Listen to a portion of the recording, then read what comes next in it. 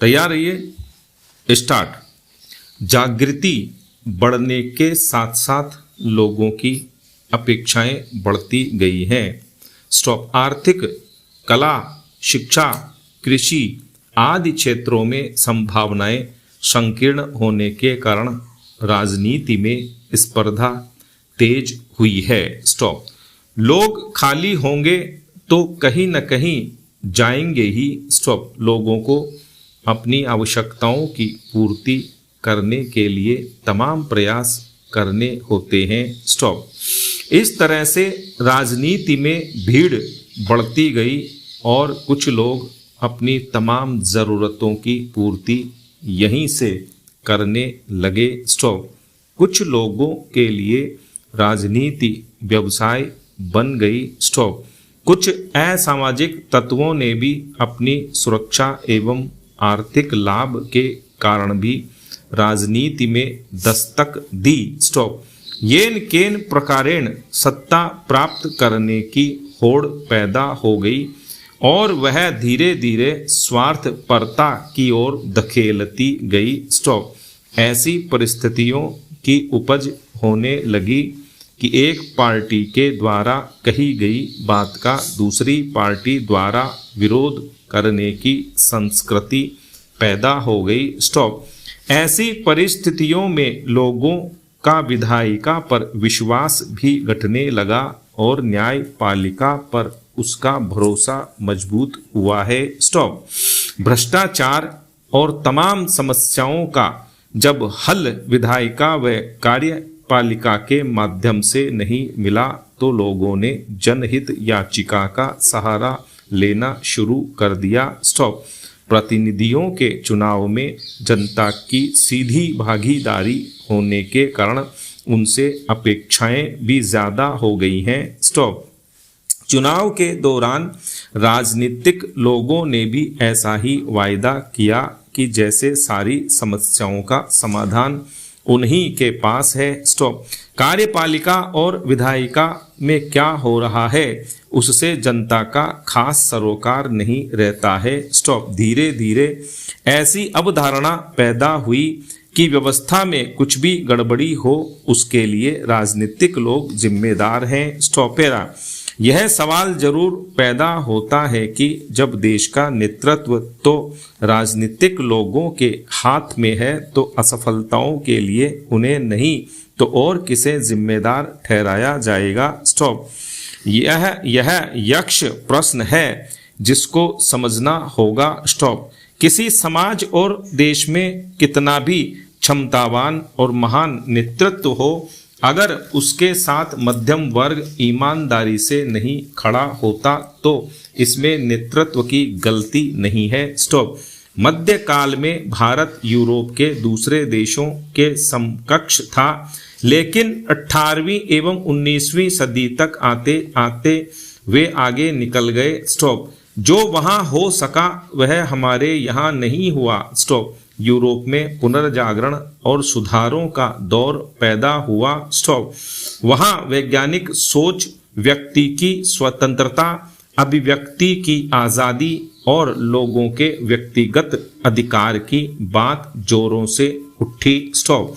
इसकी वजह से तकनीक, शोध और जनतंत्र आदि को पनपने का अवसर मिला। स्टॉप। वहां मध्यम एवं उदारवादी वर्ग का जन्म हुआ जो प्रगतिशील और आधुनिक ख्याल का था। स्टॉप। हमारे यहाँ मध्यम वर्ग से ज्यादा अभिजात्य वर्ग या गरीब तबका उदारवादी है। स्टॉप। विकसित देशों में राजनीति को आकर्षक नहीं माना जाता और नहीं बहुत भीड़ भाड़ है क्योंकि अन्य विकल्प बेहतर है। स्टॉप। अमेरिका, जापान और यूरोपीय देशों में राजनीति के प्रति आकर्षण नहीं के बराबर है। स्टॉप। वैसी परिस्थिति अगर हमने नहीं पैदा की तो राजनीति में भीड़ भाड़ बढ़ती रहेगी और जनतंत्र की जो अवधारणा है उसको हकीकत तक नहीं पहुंचाया जा सकता। स्टॉपेरा। गुजरात हाईकोर्ट के एक न्यायाधीश ने हार्दिक पटेल के मामले की सुनवाई के समय में कहा कि आरक्षण और भ्रष्टाचार से देश बर्बाद हो रहा है। स्टॉप। उन्होंने अचानक ही ऐसा नहीं कह दिया। स्टॉप। 60-70 के दशक के जज ऐसा नहीं कह सकते थे, क्योंकि उस समय उन्होंने कानून बताना नहीं शुरू किया था। हमारे संविधान में विधायिका, कार्यपालिका एवं न्यायपालिका सभी के परिभाषित कार्य क्षेत्र हैं। न्यायपालिका का अधिकार क्षेत्र विधायिका के द्वारा बनाए गए कानून की व्याख्या करना है, न कि कानून बनाना। स्टॉप। अब तो मान्यता हो गई है कि सुप्रीम कोर्ट का निर्णय देश का कानून है। स्टॉप। वास्तव में संसद देश की जनता की इच्छा है। स्टॉप। जनता महंगाई, विकास, भेदभाव आदि समस्याओं का समाधान जनप्रतिनिधियों से खोजती है। जरूरी नहीं है कि जब प्रतिनिधि कुछ करना चाहें तो लोग उनका साथ दें। स्टॉप। उदाहरण के तौर पर हरियाणा के मंत्री अनिल विज ने जब जनता के सामने आईपीएस अधिकारी से जवाबदेही मांगी तो अधिकारी का व्यवहार कुछ अजीब सा था। स्टॉप। यदि मंत्री चुप रह जाते तो जनता कहती कि यह नेता बड़ा दब्बू है। स्टॉप। अगर कार्रवाई की तो कुछ लोगों के साथ साथ मीडिया ने इस घटना को इस तरह प्रदर्शित किया कि जैसे कोई गलत कार्य हुआ हो। स्टॉप। कुछ बगावती अधिकारियों को जनता हीरो समझने लगती है। स्टॉप। आज हालत लगभग वैसी ही है जो हिंदी फिल्मों में दिखाया जाता है। स्टॉप। हिंदी फिल्म में जनप्रतिनिधि को जोकर और अधिकारियों को मसीहा दर्शाया जाता है। स्टॉप। जब थाने में रपट दर्ज न हो या कानून एवं व्यवस्था खराब हो, विकास ठप हो, तब जनता इन मसीहाओं के पास न जाकर जनप्रतिनिधि का दरवाजा खटखटाती है। स्टॉप। जब जनप्रतिनिधि निष्क्रिय हो जाते हैं तब की स्थिति की कल्पना की जा सकती है। स्टॉप। मैं भी एक अधिकारी रहा हूं और इस वर्ग का जनता के प्रति कितना सहयोग रहता है यह भी जानता हूं। स्टॉप। पैरा।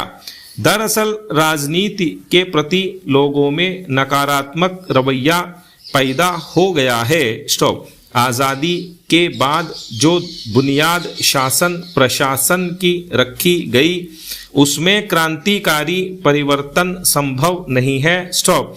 भ्रष्टाचार और अकर्मण्यता भी पलती गई और धीरे धीरे इसमें सभी शामिल हो गए। स्टॉप। एक जनप्रतिनिधि अधिकारी या व्यवसायी ईमानदार हो सकता है, लेकिन जिस संस्था का वह हिस्सा है उसको पूरी तरह से ध्वस्त नहीं कर सकता। स्टॉप। अब हम इस मोड़ पर पहुंच गए हैं कि इन समस्याओं को समग्रता में देखना पड़ेगा। स्टॉप।